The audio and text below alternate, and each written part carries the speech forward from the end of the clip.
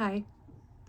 I finally peeled myself away from the windows at the shop because it's so pretty. It's snowing outside and it's making my tiny little heart happy. But that's not what we're here to talk about. Today, I want to focus on astrology for a second for my readings. I follow astrology, but kind of loosely. I use it as a baseline for whatever's happening in life. You can kind of break down transits to what's happening as far as sex and relationship, home and family, friendships, career, purpose, like those kind of things.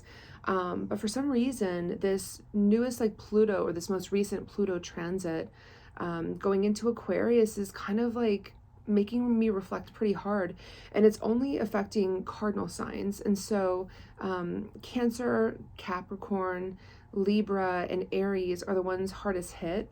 And I know that for people in the big three, okay, so if your big three, if your sun or rising is any of those, you're going to feel it in your identity. And it's going to feel pretty personal for you. But it's about who you are, how you play in the world, what role you play, and who you are to other people. And then if your moon is in any of those signs, which mine is, I'm a Libra moon. I actually have a stellium in Libra and multiple planets. It affects the way that you are in relationships, and the ones with the moon placements are the hardest hit. And I know that this transit is 15-year transit, so think about where you were 15 years ago. When I think about it, for me, if I'm doing the math, it is 26 years old. I was 26 or 27. But that timing was the second time I came out of a really horrible toxic relationship. It was literally the timing 15 years ago was when I feel like I started some kind of a pattern in love and relationship, and it's supposed to come to an end on the 20th of a 15-year mark. So anyway, think about where that hits your chart. Any of those placements, again, Cap, Aries, Cancer, Libra, cardinal signs, wherever that hits you, this transit's going to feel extra spicy. And think about where you were 15 years ago. Anyway, I wanted to pull for people who are kind of going through some things and noting the transit to kind of give you some forward momentum and moving through that energy. Well, fuck it. So in the current energy, it's unknown. It's the weird, which is WYRD rune.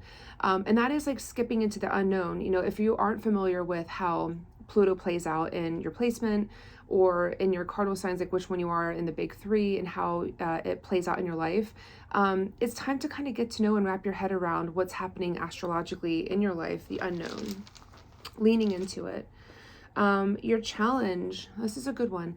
Your challenge is Thurisaz, which is cutting out anything that, if you think about 15 years of your life, think about how far you've come in life in general, whether it's your career or romantic relationship or who you are, how you see the world, how you present yourself to the world. I feel like this transit is a call to look back. I would actually automatic writer on this, free writer on this, and journal about how this transit is going to affect you, but also what energy do you need to step into? What energies do you need to remove from your life to appropriately make this energetic shift with this planet? And then lastly, the outcome is, I don't know why this rune always comes up in the readings, but Awaz, which is surrender, is just surrendering to the fact that, that you need to move with the transit. At the end of the day, when we think about the moon, right? We are made of mostly water. I think it's 70 or 80% water. And we already know that the moon controls the tides. It controls the water that makes up 90% of, I probably got that statistic wrong, but it makes up most of our planet. And that moon, it influences the move of the tides on Earth, which is this massive, energy. Why wouldn't it move us if we're made of water as well? And I think that this message with Awaz is surrendering to whatever the energies that Pluto is moving around for you. Lean into it, don't fight it. And I don't think at the end of the day we could if we wanted to. But just to kind of recap, in this transit, in this planetary transit, you know, really leaning into the unknown. You know, if it's something that you don't know about, maybe download CoStar or Pattern and see where this transit plays out in your chart, what you should pay attention to, what you should attune to. And then the challenge is going to be cutting out any energies that don't belong with this transit. And it could even be just like, it could be a new beginning of you getting to know yourself on a deeper level astrologically. And then the outcome of that is just surrendering to the fact that it's going to happen whether you can control it or not. And that's where, like, for me, it's like, if I know that something's happening in my Libra moon placement, I'm going to be like, well, what's happening and how can I further lean into it so I can, you know, when you fight something and it just makes things a fuck ton harder, this is a call not to do that. So if anyone has any questions, post them in the comments, just because even for me, I'm like learning about my astrology placements too. But you know, it doesn't hurt to kind of see where you're going with things. But you know, I've got a really close friend who has strong Cancer placements, and she's feeling this transit like crazy. And so I'm curious to see if anyone else is out there in the ether. So enjoy this beautiful snowy day. If you're on the East Coast, especially the Northeast, I'm sure you're getting hit hard and beautifully, but us in Asheville, it's very pretty and very gentle. So yeah, have a great day and a wonderful weekend, y'all.